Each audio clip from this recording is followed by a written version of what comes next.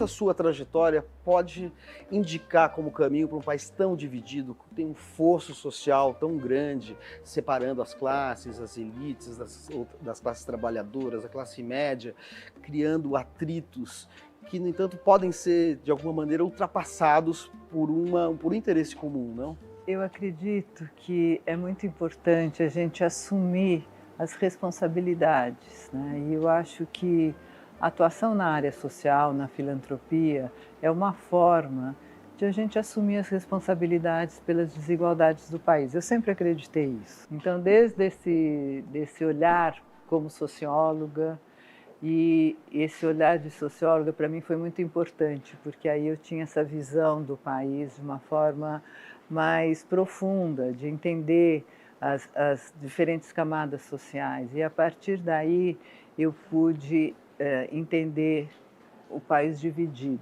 Desde lá, onde não tinha, como hoje, essas radicalidades, mas desde lá pensar a sociedade dividida em classes sociais. E aí eu fui construindo esse meu papel de lugar do mundo, primeiro na educação, né? E ao longo da vida pensando assim, o meu papel, o meu lugar do mundo é pensar dentro desse lugar de uma família, podendo estar no lugar de uma família empresária, pensar que sim, a gente tem um papel e um papel a partir daí, pensar que eu posso ter uma responsabilidade de virar isso, uma responsabilidade deste lugar de construir um país mais justo. Agora, como o livro conta essa trajetória, com suas dificuldades, qual foi a reação da sua família? Porque o seu pai é um homem público, que teve uma atuação política também, a gente poderia talvez defini-lo como um liberal clássico, Sim. né? E de um outro momento político também, histórico do Brasil. Como é que isso foi recebido, essa sua iniciativa que se insinua muito precocemente? Por ele se considerar e se assumir como um liberal, ele sempre respeitou essa minha opção.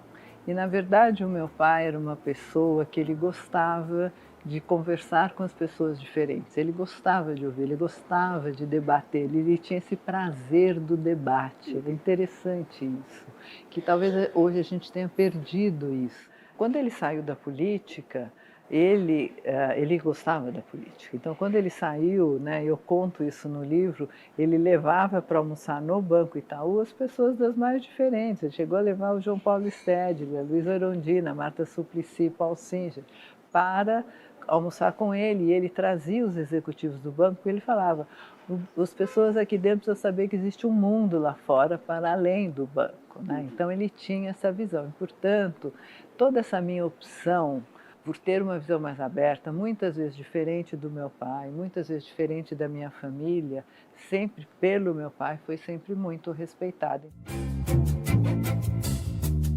Alguns nomes de intelectuais ilustres aparecem recorrentemente aqui no seu livro. Uhum. A gente poderia citar um brasileiro e uma intelectual de dimensão universal.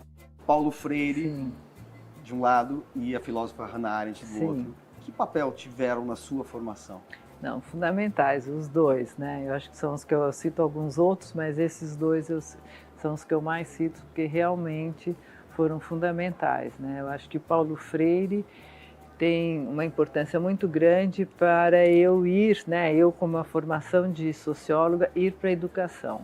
Ele é lindo, né? Porque eu gosto muito, porque ele tem o que ele chamava praxis, e ele, né, mas é a praxis, mas porque ele traz essa vivência, né, da prática com a teoria. E eu acho isso maravilhoso. Isso para mim é muito importante, sempre está muito no meu DNA, porque desde o começo da minha atuação na prática com projetos, eu sempre vejo que assim, a teoria não dá conta da prática. Então, Paulo Freire, para mim, me encaixou tanto na teoria como na prática, e o jeito dele, ele vai escrevendo e trazendo a prática o tempo inteiro, trazendo os casos do Nordeste, então eu acho maravilhoso.